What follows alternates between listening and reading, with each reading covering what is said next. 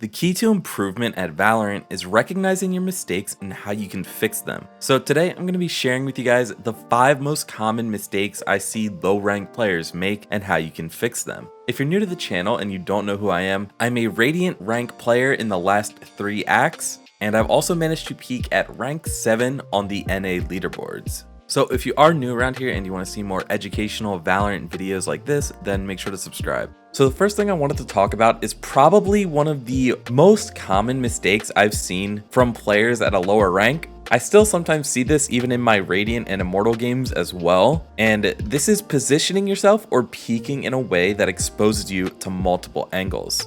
So obviously this is bad for a number of reasons. The main reason is that when you expose yourself to multiple angles, it's just more of a likelihood that you die without getting the kill. And it's also just harder in general for your teammates to play off of you and trade you when you are fighting multiple different angles. So for example, at lower ranks, I will often see players do something like this, where they wide peek and expose themselves to multiple different angles. And when you do something like this, you're basically gambling, hoping that you will be pre-aiming the right spot that the player is at, or you're hoping that your aim is good enough to hit a flick shot to one of the other angles. So obviously when you peek like this, if you're trying to fight a guy Heaven, you're not only exposing yourself to this guy Heaven here, but you're exposing yourself to someone who might be behind this box, behind the right or left side of dice, someone who could be Hell, or someone who could be behind the generator. So the safer way to do this is to position yourself in a way where you only have to fight one angle at a time. So for example, if I'm clearing a site here, first you clear this first angle right here, then you can move to this other angle. Then another common angle would be behind the dice and Heaven. Then you can clear the other side of dice, clear Hell and the other side of Heaven, and then you clear Gen, clear the other side of Gen, and then you can start walking up and clearing the other angles that you have to make contact with before you can get onto site. So in general, you only want to be peeking wide like this when you have a lot of information about where the enemy you're targeting is at, and you have information that the enemies can't be behind the other angles that you're exposing yourself to. You should also apply the same idea to when you're holding angles as well. In general, you should try and limit the number of angles you're exposed to while you're holding a certain angle. So another really common mistake that I see related to peeking, especially at lower ranks, is that lower rank players tend to hold W too much when they are clearing angles where they will potentially have to take a gunfight. So when clearing angles and peeking in general, you always want to be using your A key and your D key to clear these angles. The reason for that is because when you counter strafe, it gives you the fastest time to stop your momentum and have an accurate shot. However, when you're holding W, the only way to counter strafe is to press your S key, which is not very possible for most people and definitely not part of your muscle memory, and overall just not a realistic thing that you can try and learn. So when clearing angles, you want to make sure you're using your A and your D keys. That way you can go right into a counter strafe and take a gunfight if you have to. And in general, you want to avoid pushing angles holding W as much as possible. There will be times where you have to hold W to push through an area as fast as possible, but in general, your goal should be to minimize the time that you hold W when exposing yourself to new angles and maximizing the time that you are using your strafe keys. That way you can counter strafe if you have to take a gunfight.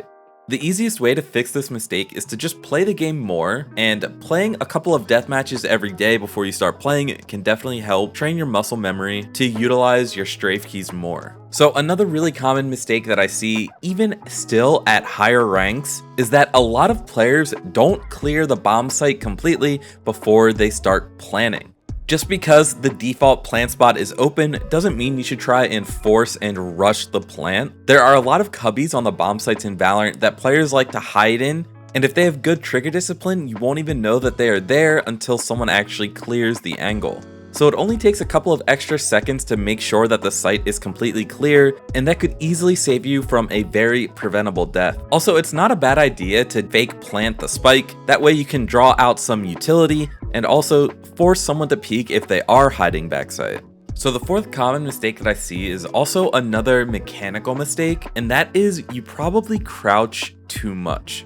Of course, crouching has a lot of benefits to it as well, the main one being that it makes you a harder target to hit against better players, It can also help you control your recoil a little bit more, but ultimately, if you're doing it too much, it can definitely hinder your ability to get multiple kills, and overall is just a bad habit. So why is crouching bad? Basically, when you crouch, you are fully committing yourself to taking that gunfight and going for the spray. This is because when you crouch, it takes longer to build up your momentum if you want to reposition and move again than it would if you were to just counter strafe without crouching. So simply counter strafing is good a lot of the times, especially if you have to take back-to-back gunfights, because you can get your first kill, reposition slightly, and then go for the second kill. Whereas when you crouch, you're basically fully committed to staying in that one spot. Another downside to crouching in lower ranks is that a lot of players in lower ranks don't have perfect crosshair placements like Radiant or Immortal players. So oftentimes their crosshair placement is actually too low,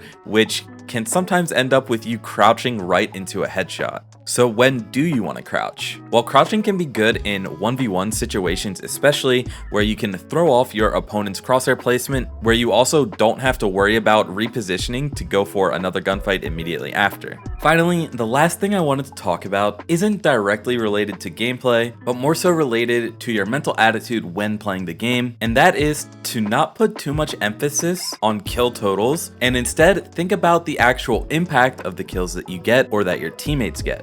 Really, there's not much to say here, because as long as someone is doing their job on their agent they're playing, then the kill total really doesn't matter that much. And ultimately, you shouldn't look towards someone's KD to be a factor of how good or bad someone is playing. Impact frags are truly what wins the game. So if someone has a bad KD, but they're the person getting the first pick, or they're getting lurk kills and creating openings for your team, then that person is ultimately more useful than the guy who just baits the whole team and gets the exit frags. Personally, I would rather have the Raze on my team that's going 10 and 15 because he's entering first, getting first bloods, creating openings, and making space for your team, than the 15 and 10 Raze who, yeah, has a positive KD, but is just baiting the entire team and getting useless frags that don't help win rounds. And at the end of the day, you can't control how good or bad your teammates are playing, so looking at their kill count really doesn't mean anything. All you can do is think about yourself and how you can be getting those impact frags that your team needs to win the game. So those are the 5 most common mistakes that I see low rank players make in Valorant. If you guys enjoyed this video, then please be sure to leave a like down below. Every little bit helps. And if you want to see more Valorant videos and guides like this, then make sure you hit that subscribe button. That way you never miss an upload. Also, if you want to watch me play Radiant games live, then you can go to my stream.